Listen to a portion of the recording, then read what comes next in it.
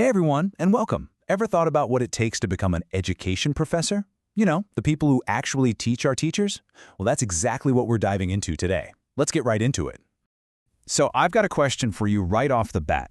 Are you really ready to shape the next generation of teachers? Because let's be real, it's more than just a job. It's a mission. It's about becoming a mentor, a researcher, and a leader in a field that honestly couldn't be more important.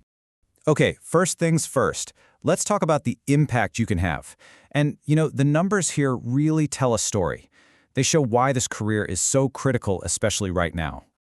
Get this. Between 2020 and 2024, job postings for educators in U.S. higher ed jumped by a whopping 15%. And no, that's not just some random blip.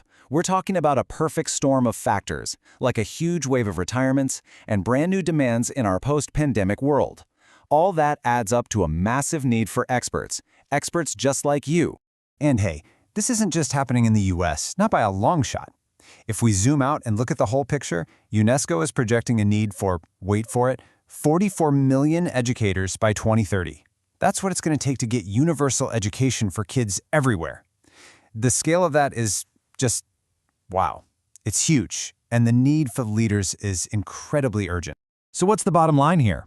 The field is definitely growing.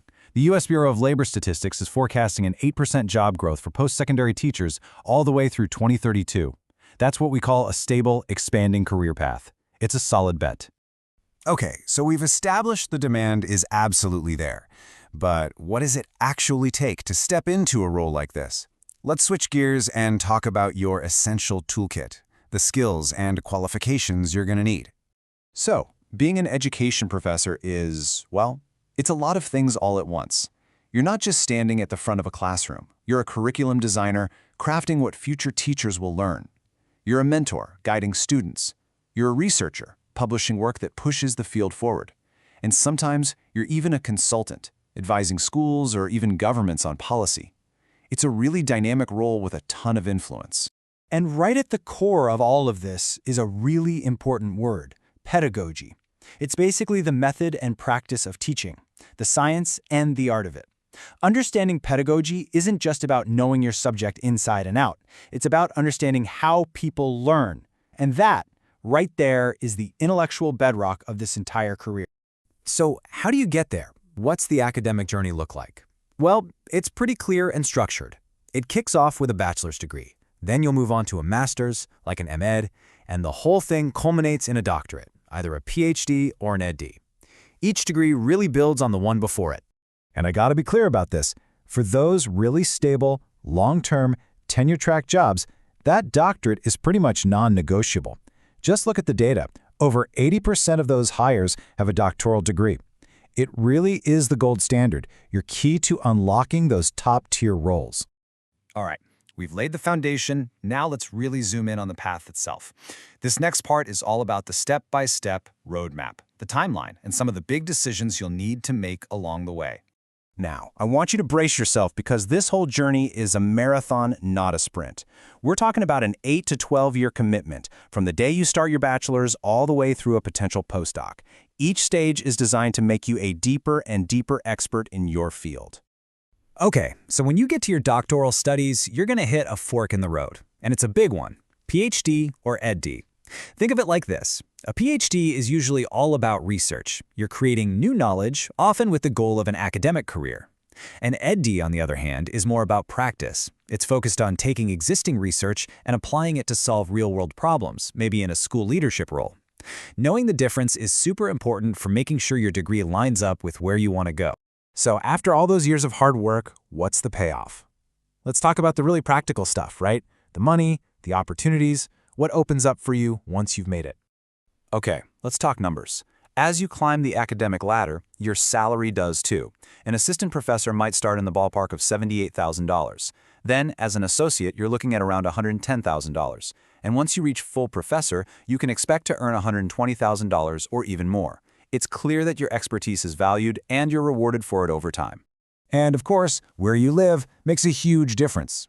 If you're a full professor in a high-demand, high-cost-of-living area like California or New York, your salary is going to be way higher than the national average. This just gives you a real-world look at the earning potential in some of the big academic hubs. But it's not just about the paycheck. The total compensation package in academia is often really, really good. We're talking great health insurance, retirement matching programs, and this is a huge one, tuition remission for your kids. Plus, you get paid sabbaticals to go off and focus purely on your research. That's an amazing perk. Okay, hopefully you're feeling inspired, you've got the info, now it's time to get practical. Our final section is your action plan.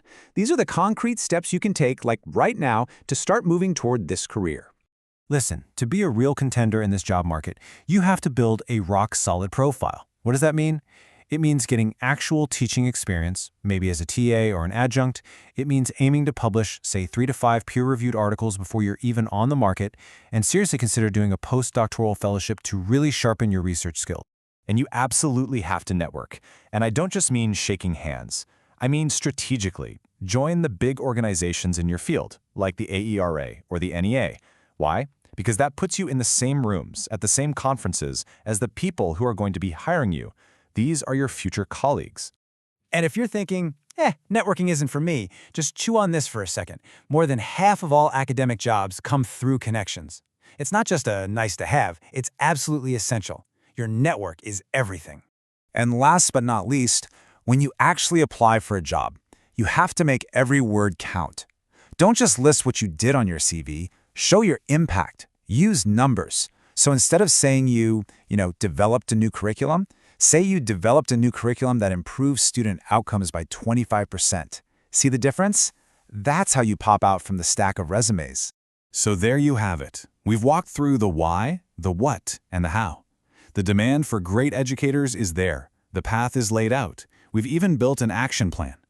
The journey to shaping the next generation of teachers is right in front of you. So the only real question left is, what's your first step?